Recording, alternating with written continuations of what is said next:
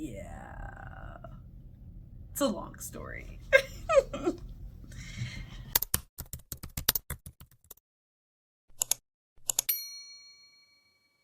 It's okay. So, around June of last year, I just abruptly stopped because I was mentally getting overwhelmed with all of the news from Gaza and Palestine and literally just all of the genocide that was happening in Sudan, in just all of these places outside of the US. And it felt insensitive to just post about my birthday when there's places that are being bombed multiple times. And I stopped because I was like, you know what? Nobody wants to hear that. But the topic of today made me rethink that in a different way. On social media, on all platforms that I'm on, TikTok, Instagram, YouTube, I have been seeing this phrase, whimsical and full of rage, or to be whimsy and full of rage. And I thought, oh, that's cute. But realistically, I didn't even know what whimsical meant. So I went and searched it up. Whimsical means, I have it pulled up on my laptop right here. To be whimsical means playfully quaint, especially in an appealing or an amusing way. So some synonyms for that would be playful, mischievous, fanciful, or fantastic in some cases. And rage, because that was the other part of the phrase, rage just means to feel or express violent, uncontrollable anger. When I kept seeing that over and over again, it could have been targeted adding, your algorithm, you like something, that means they're going to show you more of that same thing. So it could have just been targeted ads. But I'm going to think, maybe it was a sign. Maybe it was a sign. Because there are parts of me that want to still choose joy. But there's also parts of me that's very, very, very irritated with the state of the world right now. And it feels like there's just fires everywhere. There are fires everywhere. There's just a lot of issues anywhere and everywhere. And I think that the phrase being whimsical and full of rage has been marinating in my mind so much because that's probably the way that I've been wanting to go forward with my life. Being whimsy and still being very, very angry. Whenever I see that phrase or whenever I think of that phrase, it makes me realize I don't have to choose being only one, fully joyous all the time or fully angry all the time, because everybody has so many different emotions. And speaking for myself, I have all these emotions all the time. And though your emotions should not run you, I would be lying if I said I am happy all the time, or if I'd be lying if I said I'm sad all the time. I have my ups and downs. I think, okay, I don't have to just be one. I can be both.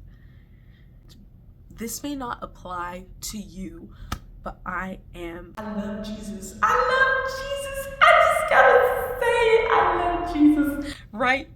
And because I am such a deep believer and follower of Christ, is there somewhere in the Bible that basically is backing up that phrase? And I was looking and I was looking, and I finally found it. And it's in Psalms 139:14.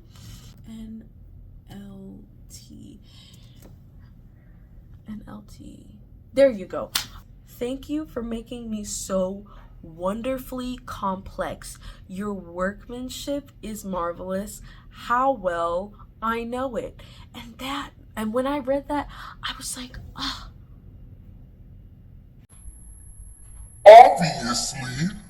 Obviously we're complex. We can't just be one thing at all times. That literally makes no sense, to just be one emotion at all times. Like, humans are complex. It was re-downloaded as I read that. I've read that verse so many times in different versions, because the way that verse is read in, let's just say, NIV, that's basically the verse that says, I'm fearfully and wonderfully made. But when I read that verse in New Living Translation, because it said wonderfully complex, it made my mind just do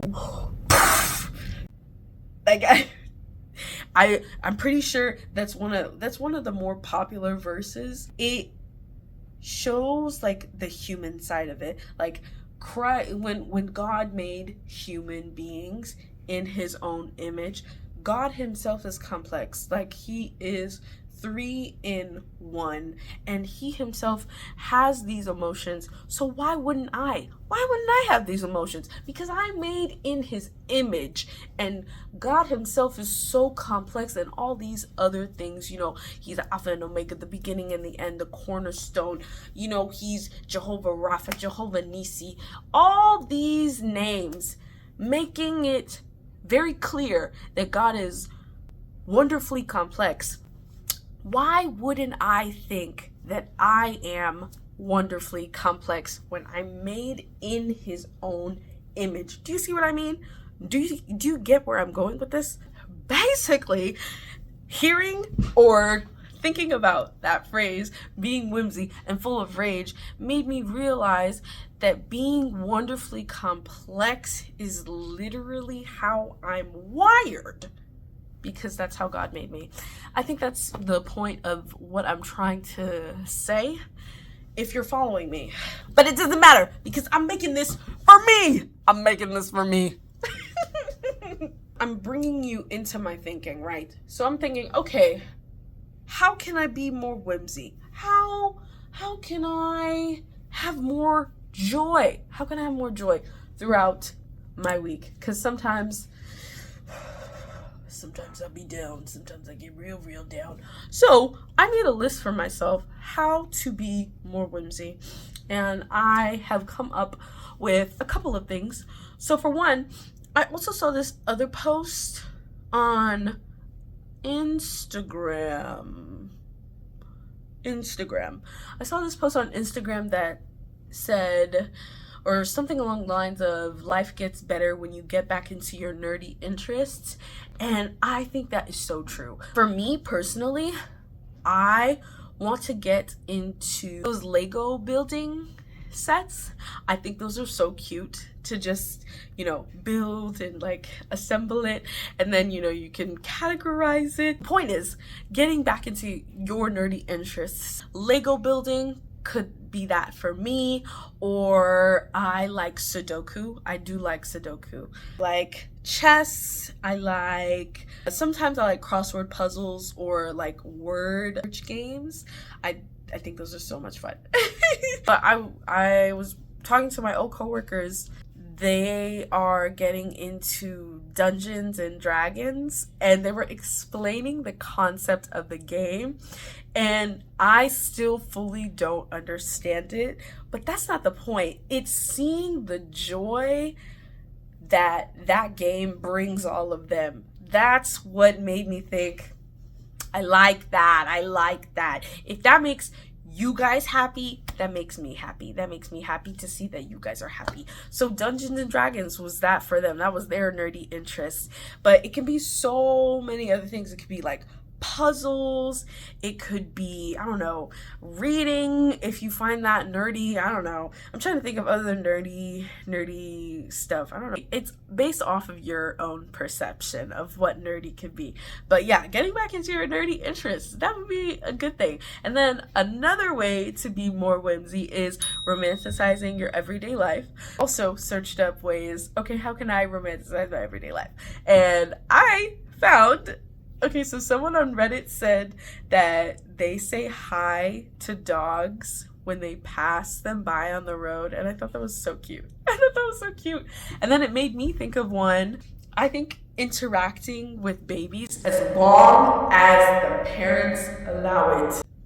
Please don't be a creep. Please don't be a creep. But like when parents are holding their babies, and I get baby fever very quickly. Very quickly. So when parents are holding their babies, and I just get like so much joy seeing this little human.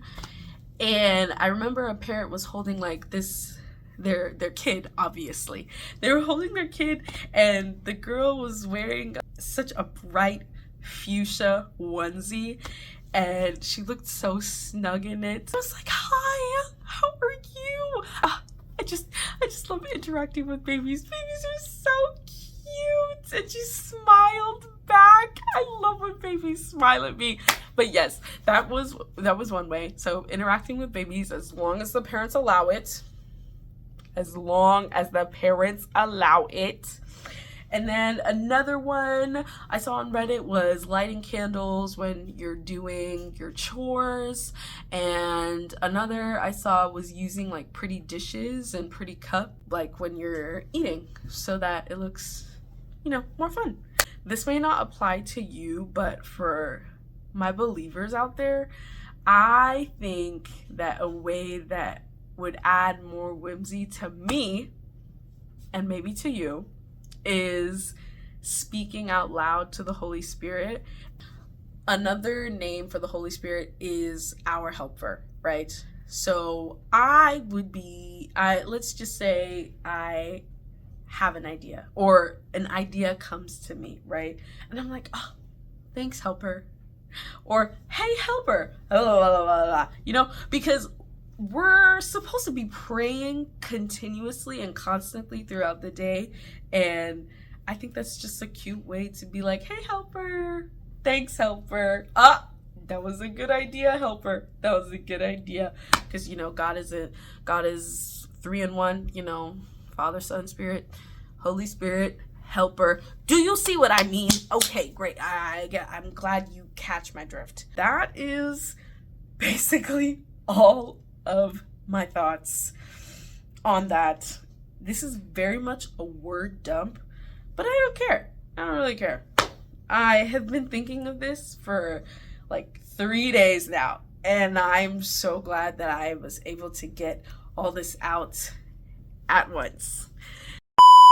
I forgot to mention rage.